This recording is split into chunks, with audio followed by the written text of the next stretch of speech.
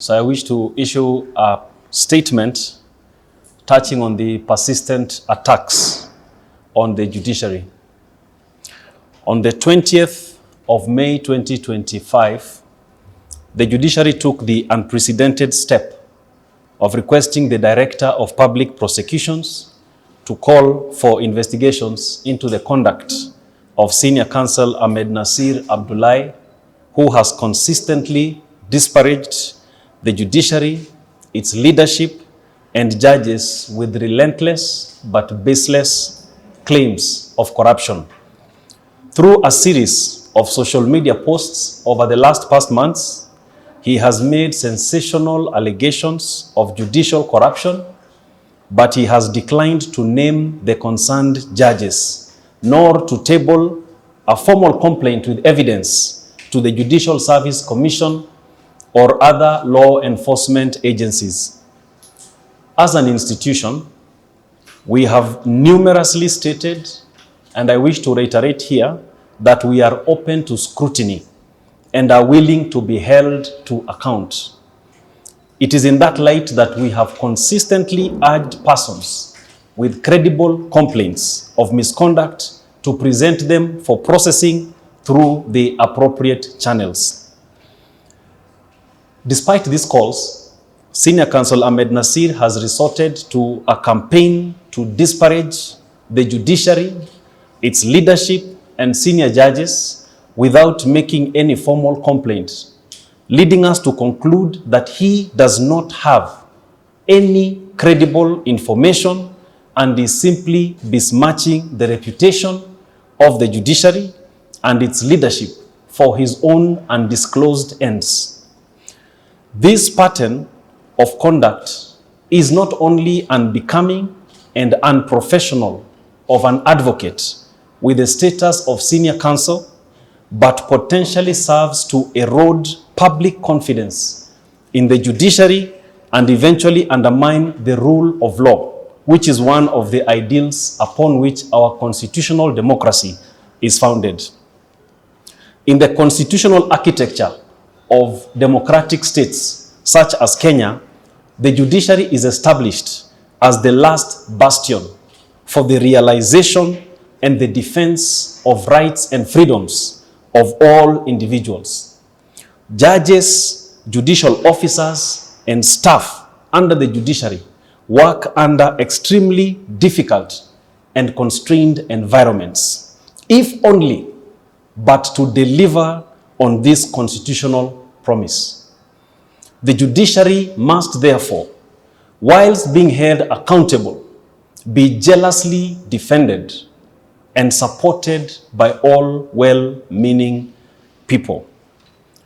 And while we respect the freedom of speech, which is constitutionally guaranteed, there are limits to this freedom, and it cannot be abused in a manner that stokes public mistrust in the judicial system. Free speech must be exercised responsibly. Kenya is greater than any single individual. No one is above the law. And I repeat, no one is above the law. No one should be allowed to parade their impunity and mock the very constitution that holds the fabric of this country together. We need not remind Kenyans of what can happen when the general populace loses confidence in the court system. Our country has gone through a traumatizing moment in its history, largely due to mistrust in the judicial system, and allegations that send us back into this painful moment should not be taken lightly or entertained. Such misdirected, callous, and casual and reckless conduct makes us wonder what exactly is the agenda of Mr. Ahmednasir. We therefore reiterate our call to the Director of Public Prosecutions to take appropriate action within his constitutional mandate. We also urge the leadership of the Law Society of Kenya and the Senior Counsel Bar to take such measures as are within their respective mandates to bring discipline and order among its members, and specifically Senior Counsel Ahmednasir, and also restore the dignity of the bar and the legal profession. Only then shall the bar and bench retain the respect and trust that they ought to have for each other and from the public at large. Thank you very much. So what we are really saying here is that an individual cannot be allowed to parade their impunity, have a place really to talk without an iota of evidence, and just want to besmirch individuals and an entire institution. There must be some sense of responsibility. No one is greater than this country. And such baseless allegations, when allowed to continue, lead this country in a very dangerous path. And we know where this country has been when there are allegations that cannot be substantiated and that therefore make the populace lose confidence in a critical institution like the judiciary. And I have said, and we have said time without number, that we are open to be held to account. And there are measures that we have taken as an institution to ensure that there is accountability that is being upheld. And we are open. And we are also open to suggestions that can help us improve on our systems and on our processes. But to have baseless allegations made without any evidence for purposes that are not defined consistently for months, we don't know what exactly Senior Counsel wants accomplished. We wonder, what exactly is he up to? And as Kenyans that promulgated this constitution, it is important that we defend this constitution. This constitution is for every Kenyan, and it's supposed to help and promote the rule of law and better the lives of all individuals. Kwa hivyo, lazima tuwe na hiyo hali ya kujua kwamba hii nchi ni ya kila mtu. Haiwezekani kwamba mtu mmoja ndiye anajichukulia mamlaka ya kuweza kutusi yeyote ambaye anataka kumtusi.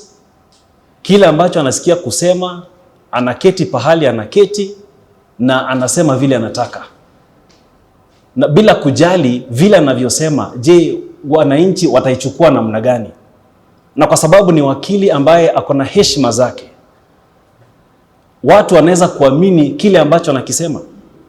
Lakini tuna hofu kwa sababu wakili ambaye ako na cheo kama chake akiongea vile anaongea na hakuna ushahidi wowote kila wakati, je, mwananchi wa kawaida atafikiria namna gani?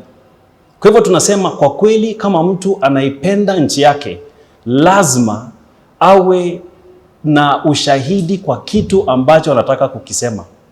La sivyo, basi tunajiuliza, je, njama yake ama ajenda yake ama mbinu yake ni ipi kwa sababu ya hii nchi yetu ya Kenya na haswa katika hii mahakama? So let's just be clear. We are, again, let me repeat, I'm not saying we are accountable. We are committed to being held to account, but it should not just be allegations being made and then things just flying. Some statements about, this may be satire.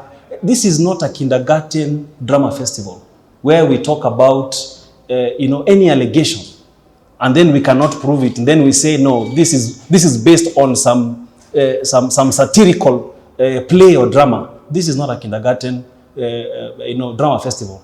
So please, this is a country that has got a great potential, and such conduct cannot and should not be entertained. And no one will succeed in causing this country to come down from all the hard-earned gains that have been gotten up to this point.